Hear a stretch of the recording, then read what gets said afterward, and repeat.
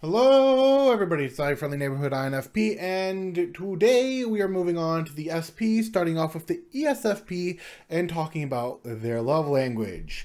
Now, starting off with the ESFPs, I would imagine from the ESFPs I have seen and I have talked to, I would imagine, now this isn't true for all ESFPs, so don't take this whatever, but I would imagine that physical touch is probably going to be their first set of love languages.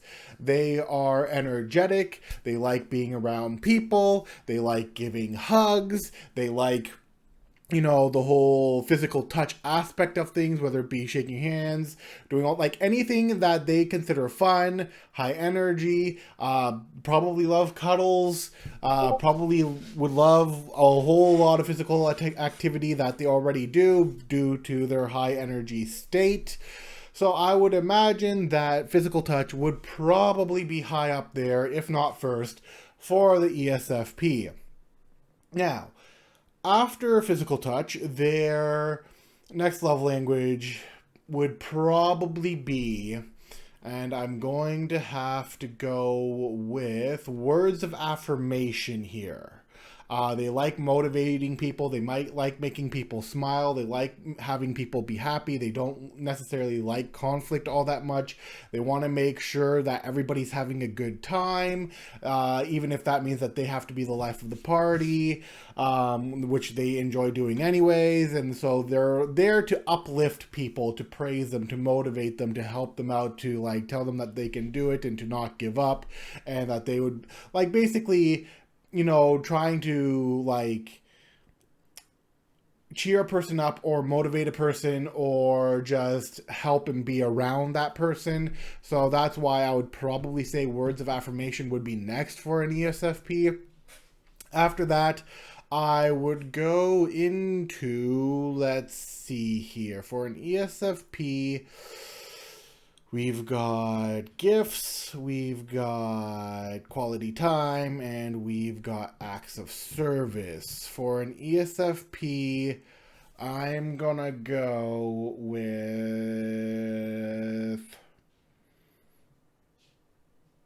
quality time. They like spending time around the people that they care about. They like spending time listening to even strangers. It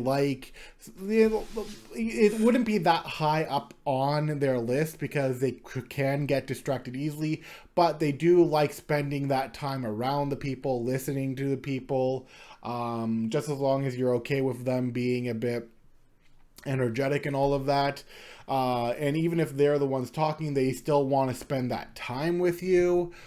Even though like quality time also requires, the whole listening bit as well. So there's like the whole listening and then the talking and the listening and the talking and all of that. So I would imagine that quality time would probably be here, but I would not be surprised if gifts are also in this area. But I think quality time is probably going to be higher, because of, once again, they like being around people. They like knowing what people have been up to. They like knowing what the next fun thing is. They like talking with people and just knowing more about people and reading the room and just being around in general. That's why I'd probably put quality time higher. Like, these are people who'd probably also go up to strangers in a club if they see a person not having a good time and they want to like know more about that person, whatever. They may even be that kind of person that goes up to them and tries to get them to have a good time, or like at least spend time with them. So that's why I'd probably put quality time there. And I think that like love languages kind of can meld into other parts of love languages, but that's where I would put it. Then after that, I would give it gifts, although gifts would probably be fairly high up there. ESFPs, from like ones who are able, do enjoy giving to people, but they also enjoy receiving things and are super grateful for the things that they receive and are super happy with the things that they receive. And I think for an ESFP, the whole like exchange thing of gifts would be a very fun thing to do. So that's why I'd probably put gifts there. And then, of course, we have acts of service. Now, with acts of service, I don't see ESFPs in general going out of their way to be like, oh yeah, no, let me help you, or oh no, let me help you go across the street, or oh no, I'll go and pick up the garbage for you, or oh no, I'll go and do the dishes for you, or oh no, let me clean the house for you. Although some, due to aesthetic reasons, may want to keep the house clean. But it's not of a let me show my love by doing this for you as J's might in various different means. ESFPs are more focused on the other stuff, and while they will do acts of service here and there and like all of that, I feel like it's more based around aesthetics than anything else. But typically that would be the order, and you can already see that the order with the SPs is going to be vastly different than the order of the SJs, and you'll come to see that more and more as we go down the list.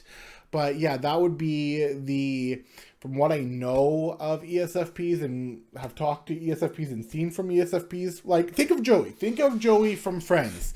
Is he not a very touchy person? Is he not a person who enjoys having quality time with other people? Is he not a person who has words of affirmation and likes to entertain and uplift people? Joey would be a good example of an ESFP who holds these three physical traits, or the three top love languages, that is. And yes, he is a guy who also enjoys gifts and all that, but you see far more of those three things in him than you see, say, gifts or acts of service. So even though Joey is a fictional character from Friends, he is a good example of what some ESFPs are like, if not a lot of ESFPs are like, but in very different fashions, because not every ESFP is like Joey. But Joey is a good example to demonstrate what one ESFP might look like in this instance. With that being said, I will see you guys for the next video. And of course, if you like this content, do be sure to like, share, and subscribe. I shouldn't have to say it. Well, anyways, yeah, so I'll see you guys next time, and yeah, that'll be it for this video. Bye-bye.